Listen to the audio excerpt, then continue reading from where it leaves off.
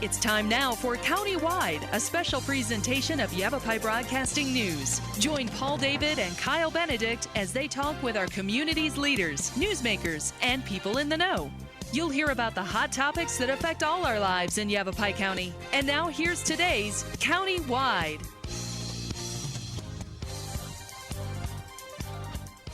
Welcome to Countywide. I'm Paul David. Cottonwood Police Chief Steve Gazelle in studio today. Welcome back. Thank you very much. Last time you were here, we talked a little bit about the homeless issue in the Cottonwood area. Yep. And you mentioned at that time you'd like to come back and we'd do a series on this to kind of educate the public about homeless. You are correct. In Cottonwood. You are correct. So let me start by this. We'll start off this way. What defines homeless? Well, that's seemingly a very simple question, but it's very, very complex, just like the social issue that we're talking about. I think the general public's definition of someone that's homeless is someone that social service agencies would consider unsheltered, someone that's actually living outside. Okay. And that is a little divergent from social service definition, where it gets a little bit more in depth, where you've got unsheltered, you have people that maybe what we would call couch surfing, moving from a friend's house to a relative's house. They have no permanent residence. So all those can be included in the broader definition of homeless, which is a little bit out of my area of expertise, but I kind of focus on the general public's consensus of what a homeless person is, and that's the person that you see living in a tent outside, unsheltered. Okay, now would that be, because we talked about this a little bit before the show, homeless and transient. And I personally I use both those definitions, and I think the word transient in some circles is taken as a demeaning term. I don't mean it that way. I look at the population a little bit differently, knowing what I know from my business, that a transient to me is someone that's generally by choice choosing that lifestyle. A homeless person to me is a person that's actively interested in seeking to transition out of homelessness into a shelter. Okay, so that's our one of our keys here we're going to talk about too, is actively seeking to not be homeless. Correct. Looking for shelter. Yes. Okay, do we know how many homeless are in the Cottonwood area? We're looking into that now. I need to educate myself on the scope of the problem, as it's a little different than the city that I came from in California, which was tremendously impacted adversely by the homeless population. But today we're going to try to focus on the panhandling piece of it, if we could, because I really think that the public, that's the most visible component that the general public, and this topic is so broadly misunderstood, as it's very, very complex, and it varies from city to city, even for people that are studying it and involved in it, and they do it every day and work with this population. So I just wanted to share some of what we're doing to address the issue of the aggressive solicitations, what we talk about, but the influx and the increase in the number of panhandlers in the city of Cottonwood, particularly over the last 2 years, has been noticed by our residents, and has been, like I said the last time we talked, I want to say it's probably one of the top concerns in the community. And this has been getting brought to the police department's attention, that panhandling is out of control? Well, we get calls of panhandlers that are aggressive. They are they're belligerent with people when people refuse to give them money. But beyond that, we've learned that there are a large percentage of the individuals we encounter here in Cottonwood are not actually homeless, and that's, I think, what would shock most people, is these are individuals that are capitalizing on a community's goodwill, and Cottonwood's got a phenomenal, very caring, concerned community.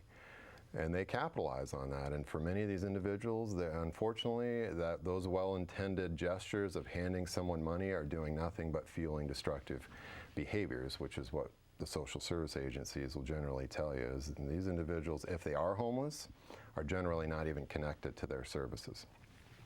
And many of them are not even homeless.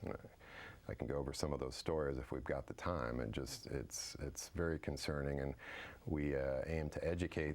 Our intent is to educate the public on where your dollar goes generally, and B, to do everything we can to reduce the incidence of not only aggressive solicitation, but the individuals that are, quite frankly, they're defrauding our public. And I think if people understood where their money was going, they'd be enraged many times. Laws for this are pretty difficult. Yes. To put laws into effect for panhandling. So panhandling, if we could start with that, Yes. Panhandling in and itself is misunderstood by a large segment of the population, where people are confused what's legal and what's not. The act of asking for money is not illegal. In fact, there was a court case out of Flagstaff 2 years ago that struck down their city ordinance, which was very, very broad. And I took a look at it, and I saw the reasons why it was struck down. And the courts are very, very concerned that you can't inhibit someone's freedom of speech. So the act of panhandling alone is considered, and if we're going to outlaw, hey, you cannot ask for money, that is a violation of someone's First Amendment right, freedom of speech. So we cannot do that. So the act of panhandling alone is legal. Where we get into government regulation or regulatory efforts that we can focus on is when panhandling becomes a safety issue, where we can specifically point to, okay, someone's proximity to an ATM, someone is getting in your way, blocking your way, touching you. Those are aggressive solicitations which can be regulated, which if you look in the state statute, after the Flagstaff ordinance fell, the state legislature got involved. A very, very well-intended effort by the legislature. The state of California, I don't see the political environment ever allowing a state law like that, considering the variances in politics over that state. But here, there is an aggressive solicitation state statute, and it's new. Unfortunately, it's very ineffectual because one simple nuance is it's a petty offense or an infraction, which essentially means I could cite you if you were an aggressive solicitor over 100 times in 1 year, and you'll never see a day in jail because it goes on your credit report. You don't even have to show up for court. It goes on my credit report. It goes on your credit report. And but I don't have any credit. Exactly. So it really is only going to be impactful for someone that cares about their credit report, essentially. So the cities are still left in a lurch to deal with, and you can see your eyes are kind of, right, I'm homeless. I don't have, why would I care about my credit report? Right. So, okay. And that's what we saw in my last existence in California, is those were kind of less than ideal tools for the justice system to, really kind of focus on a very small percentage of panhandlers that were fitting this aggressive solicitation. So our intent here in that regard is we're working right now with our prosecutor and our public defenders and our city attorney to craft a defensible ordinance into our municipal code, that in some ways mirrors the state statute, but adds a little bit more either in this statute, and it may look, we're still in discussions. It could be one ordinance, or it could be broken into several different pieces in different sections of the municipal code. But Can we talk about those? When we get there, absolutely. And it's very, very close to being solidified, but the linchpin has got to be, it's got to be a misdemeanor offense, which is very typical for most municipal codes. Everything in there is a misdemeanor offense. That gives us the authority to make a physical arrest, which many times, if you're talking about individuals that have substance abuse issues, which are truly homeless, and there are those out there that are panhandling, but people may see that as callous, that we're arresting someone for aggressive solicitation. But what it does is, anytime we can get what I call an order maintenance crime, a low-level offense, that's all we've got in the justice system, primarily, to compel someone through the court system to get the help that they need to transition out of homelessness. And I think anyone in the opinion spectrum on this topic will agree that that's the end objective. Is the justice system is really ill-equipped. It's a de facto mental institution. The jails are de facto mental institutions right now. We have very, very scant resources. So finding those creative ways to get people the help they need and stop trying to jam these people through the justice system so they're just kicked right back out in worse condition than they were when they started. That's our objective. All right, let's take our first break. Cottonwood Police Chief Steve Gazelle in studio today. We're talking about homelessness in Cottonwood. This is Countywide. We'll be back in just a couple minutes.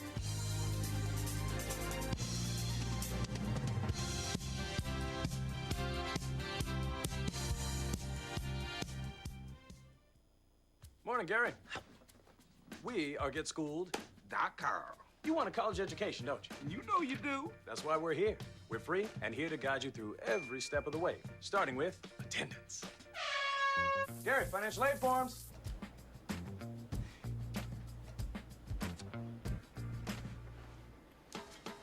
Picking a college, man. You and us. We go together like tacos and Tuesday. And I love tacos. Go to GetSchooled.com.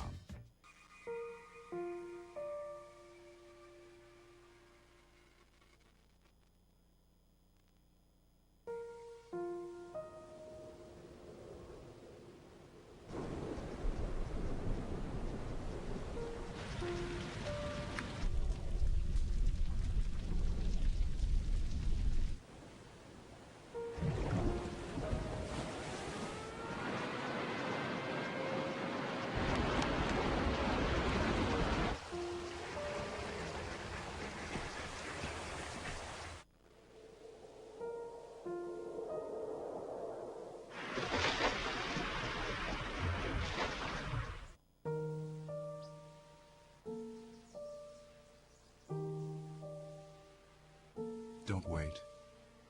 Communicate. Make your emergency plan today.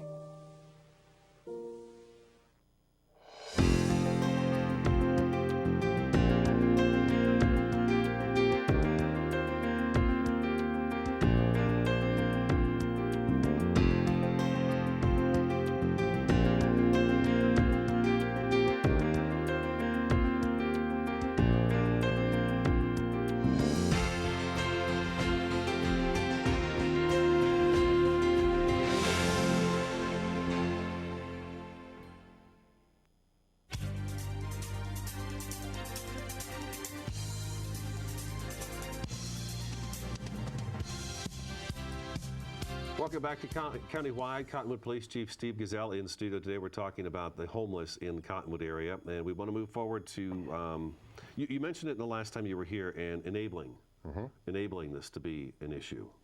Absolutely, and again, it's very easy to get into this trap of including the topic of panhandling into the issue of homelessness. And really what we are finding out and what we know in Cottonwood is the vast majority of the individuals that we've contacted, particularly since the time I've been here in the last 2 months, and I've spoken to some of these individuals myself, are quite frankly defrauding the public. They're not homeless.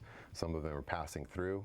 Some of them come from other surrounding cities, like this is a job, and they stand on a corner and they portray themselves as homeless to, again, I think, leverage the goodwill of the citizens of Cottonwood. So our mission is to, from the police perspective, when it comes to the issue of panhandling, the directive is this, and I got a great staff. Our people are already making some significant strides. If you look on our street corners over the last 2 weeks, you see a marked decline in the number of individuals out there, and that's primarily from consensual contacts where our officers are trying to figure out, are these people that need and want help to transition out? And if they do, our mission is to build better relationships with our social service providers, where we do more than just hand them a card. We actually try to help them connect with those services so they can transition out.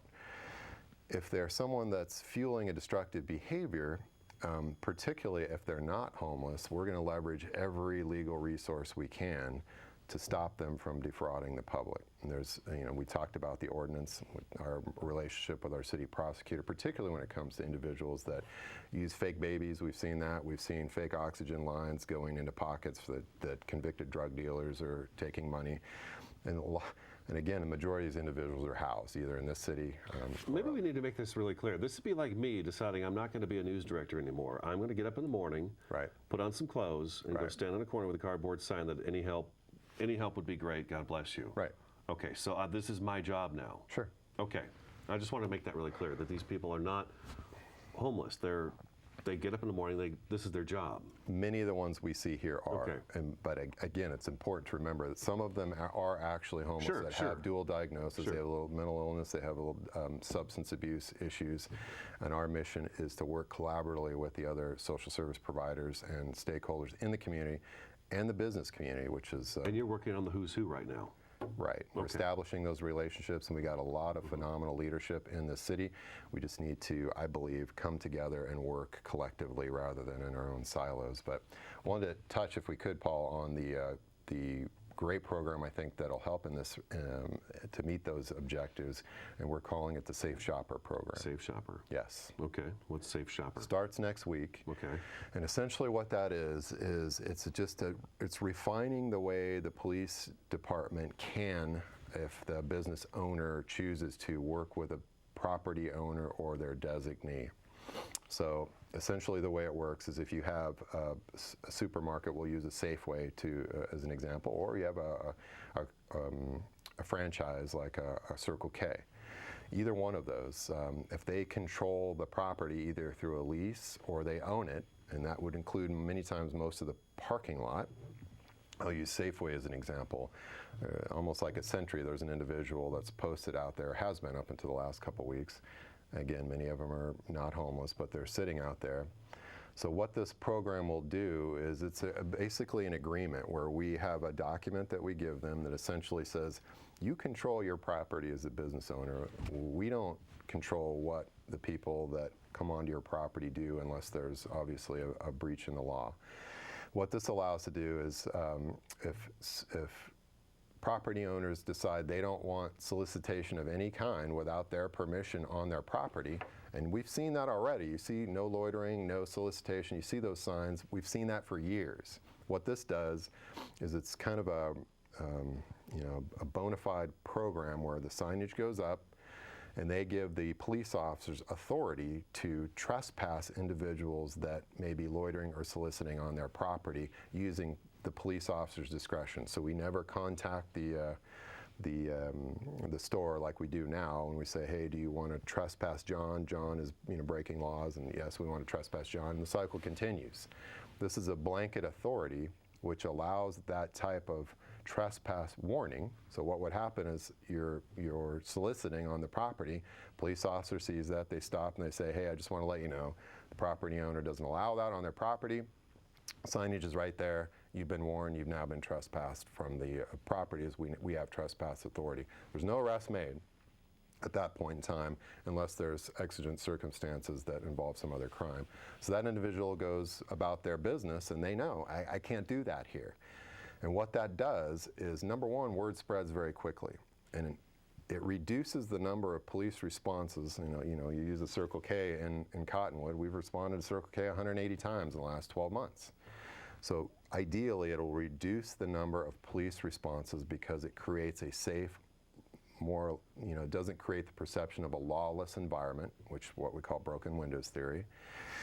And everyone wins. The business wins, the shoppers wins, and the individual that, generally speaking, we're enabling those behaviors, they win because their behavior is no longer desired at that location. All right. So this is Safe Shopper, starts next week. Now, if I own a business and I got a parking lot, what do I do to sign up for this? So we're going to post it. It'll be up on our website next week. Okay. We're also going to present it to the Chamber. I had a discussion with their executive director, president last week. At very early stages, so we're going to also market it through the Chamber, but it'll always be available on our website and our neighborhood officer program, which will be kicking off in the next month or so. Those officers, when they see problem locations, we will come to those property owners and ask them if they would consider such an agreement. Okay, all right, we'll take another break. What's your website? It's www.cottonwoodaz.gov. Cottonwoodaz.gov. Cottonwood Police Chief Steve Gazelle in studio today. This is Countywide. We'll be back in just a couple minutes. Put me on.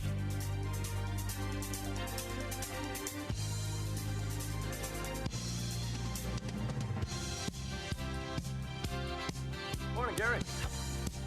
We are GetSchooled.com. You want a college education, don't you? You know you do. That's why we're here.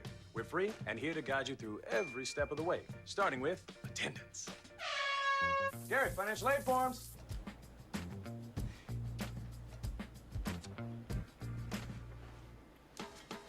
Picking a college, man. You and us. We go together like tacos and Tuesday. And I love tacos. Go to getschool.com.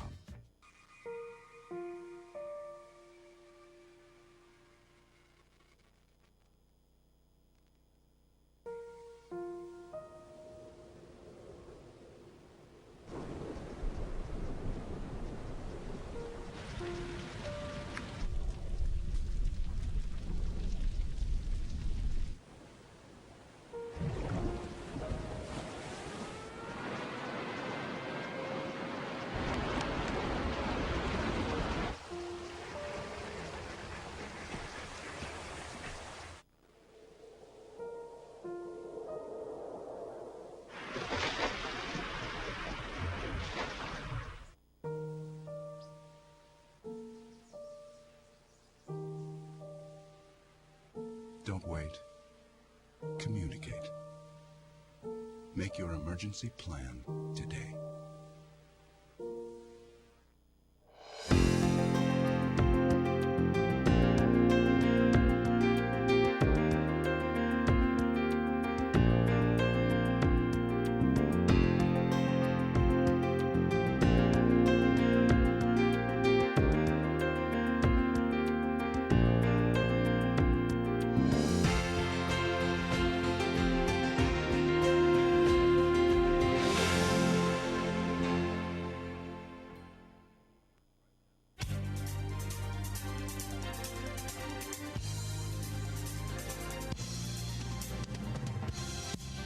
Welcome back to Countywide. Just a couple minutes left in the program. I want to get one other thing out, enabling. Yes. We talked about it a little bit before, but enabling. What is enabling? How are we doing this? So again, there's a psychology behind giving, and we're not here to make the call whether you should give or you should not give to a panhandler.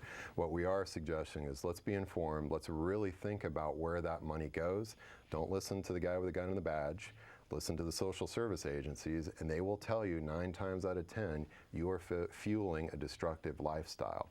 You think you're helping, you're actually hurting. So our mission is to provide that awareness, but also provide avenues where people can make donations to organizations that case manage people, that help them transition out and get them out of the situation they're in, rather than keeping them there, which is actually what we're doing when we're giving people money unknowingly. If it works, it works. I mean, if I'm standing out there and I'm making a couple $100s a day, what's going to stop me from doing that? They're going to keep doing if I'm not making a couple $100s a day. Absolutely, and that's the key to success in any community, is we just need to stop the enabling environment, which will reduce these types of behaviors in this community and allow us to use very scant resources to focus on people that want to transition out of homelessness. I would be better off giving my money to social services and having them putting it into a program where if I'm homeless, I could say, look, I need a hand up. Hand up. Again, not a handout. Hand up instead of a handout, exactly. And go there, get help, and get back up on my feet, and off I go. That is really the course that we're trying to get to. Absolutely, absolutely. All right. Chief, great to have you in. We'll see you again, I imagine, within a few weeks, I would imagine, to do part 2. Yes, part 2. If not sooner. Absolutely. All right. That's today's Countywide. Thank you so much for watching and listening. We'll talk to you again next time.